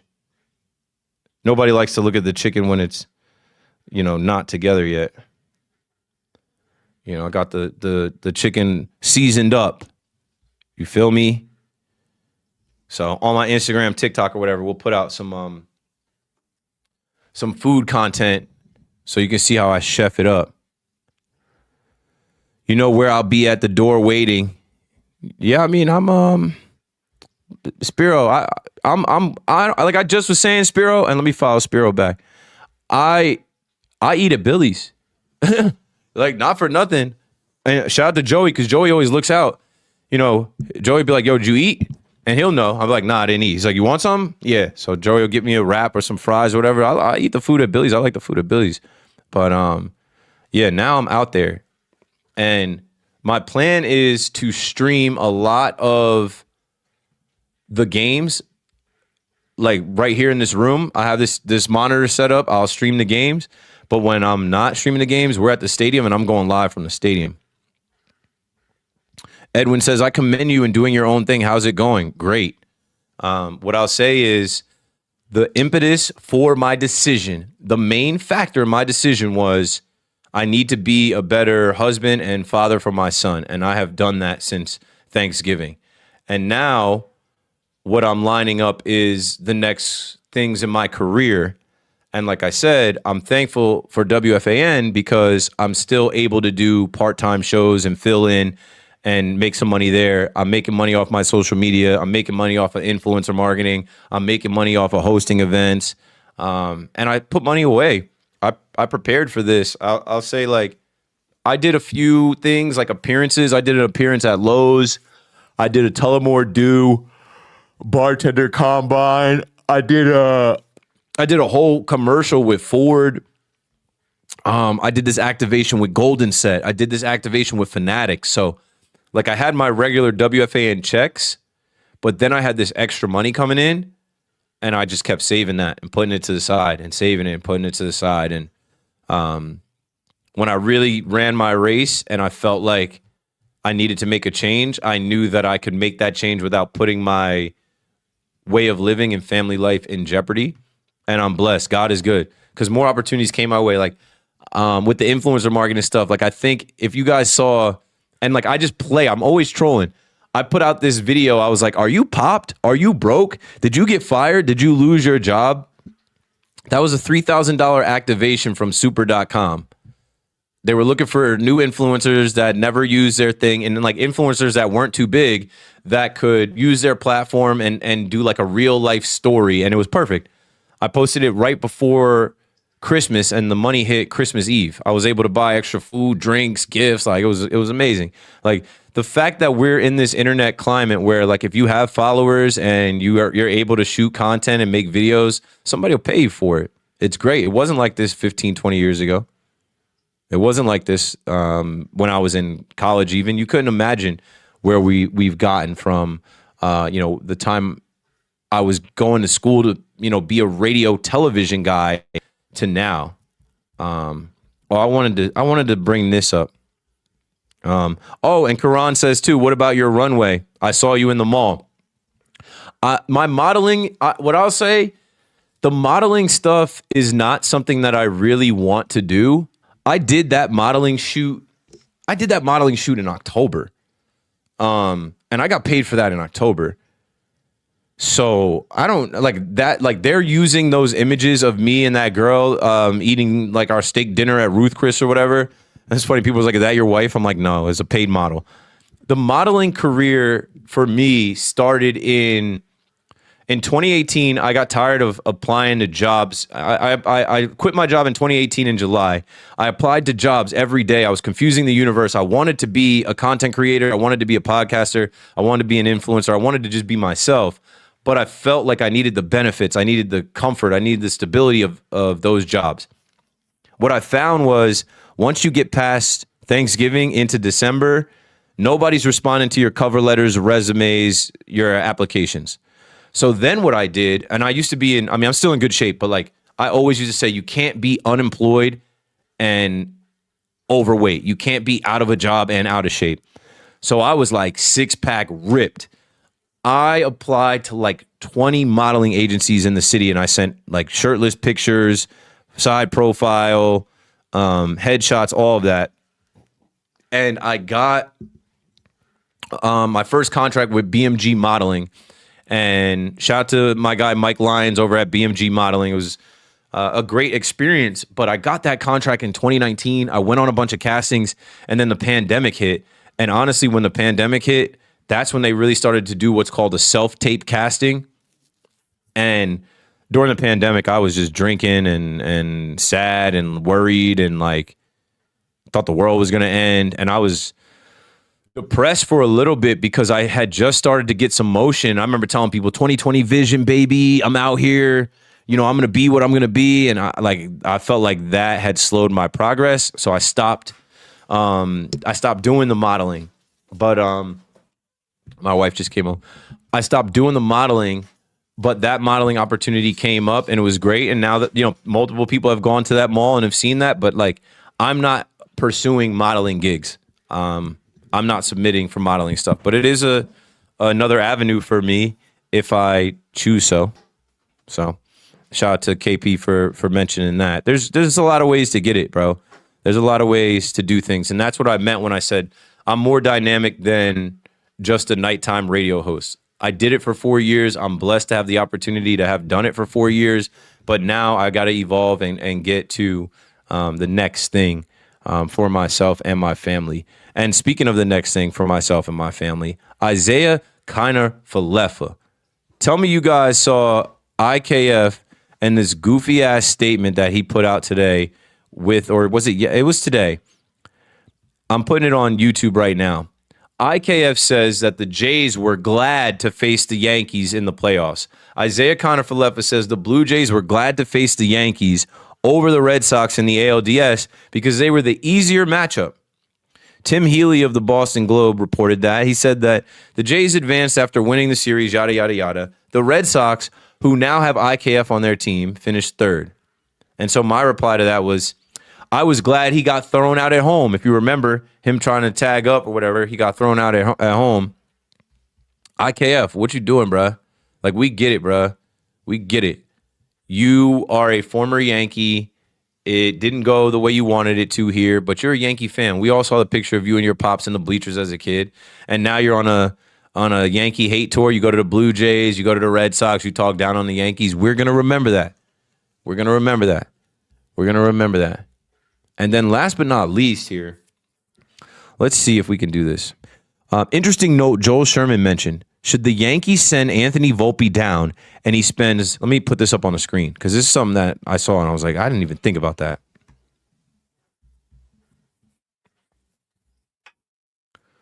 Interesting note Joel Sherman mentioned. Should the Yankees send Anthony Volpe down and he spends 20 days in the minors, he'll become a free agent in 2029 instead of 2028.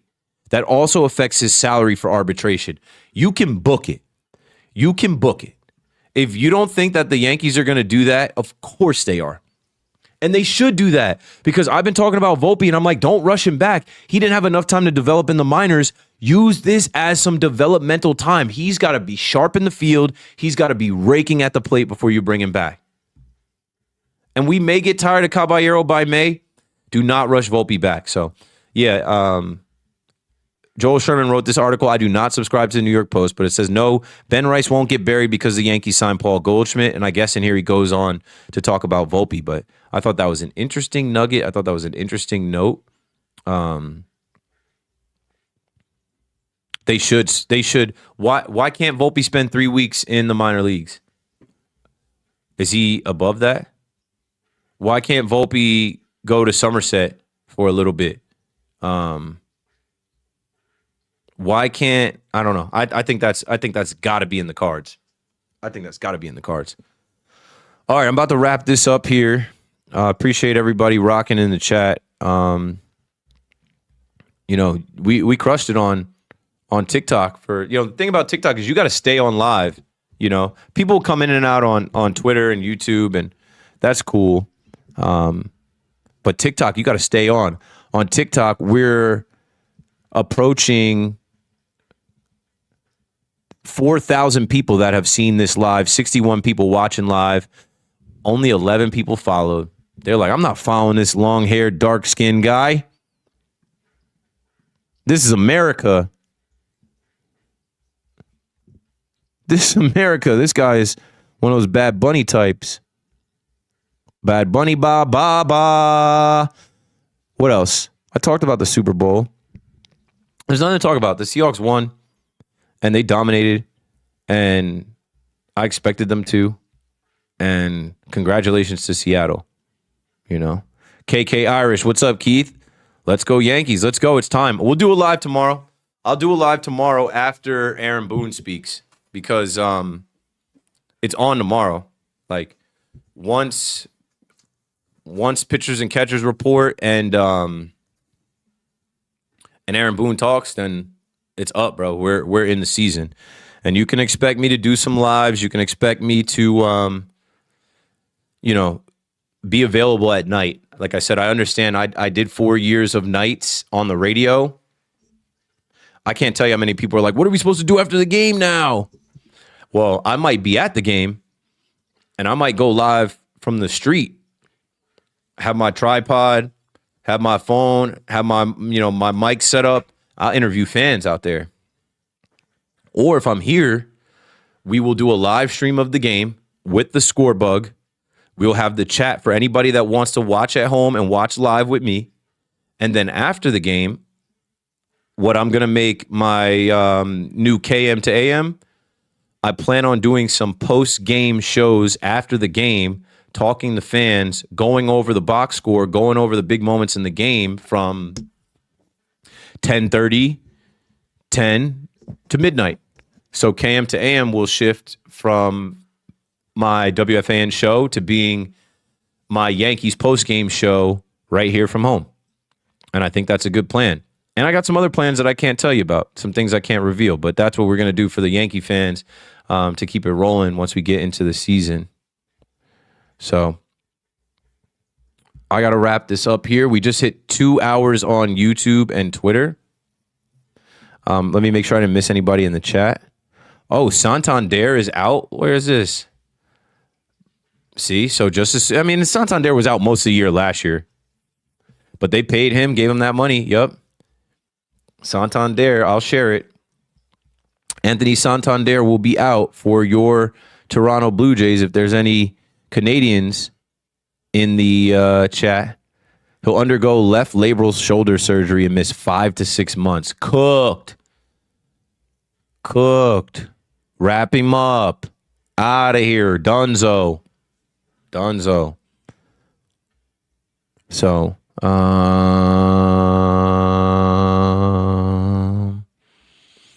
Johnny Boy says, family first. Also, shout out to Keith for helping the small channels that are trying to make it. JWW is hyped to have you on. Yeah, I'm going to do you guys Jets Worldwide show tomorrow.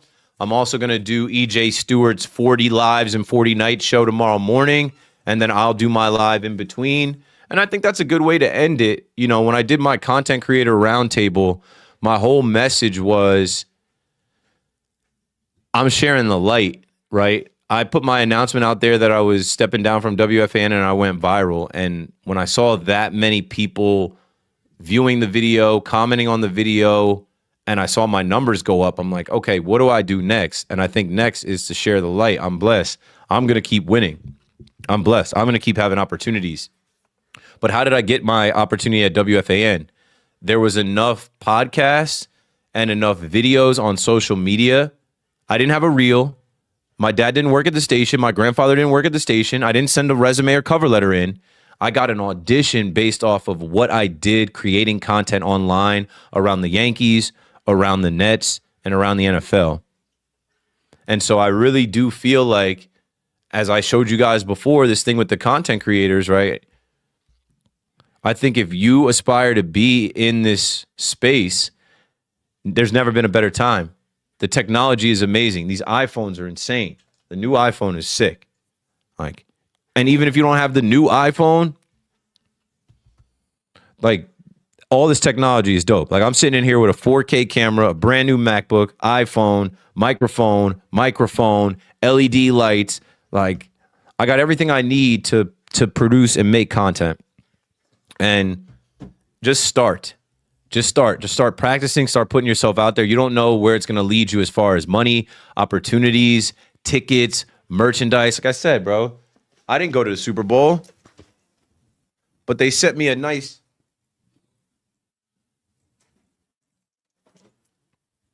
$300 jacket to wear at the Super Bowl party that I hosted, right? And why am I getting booked to host a Super Bowl party?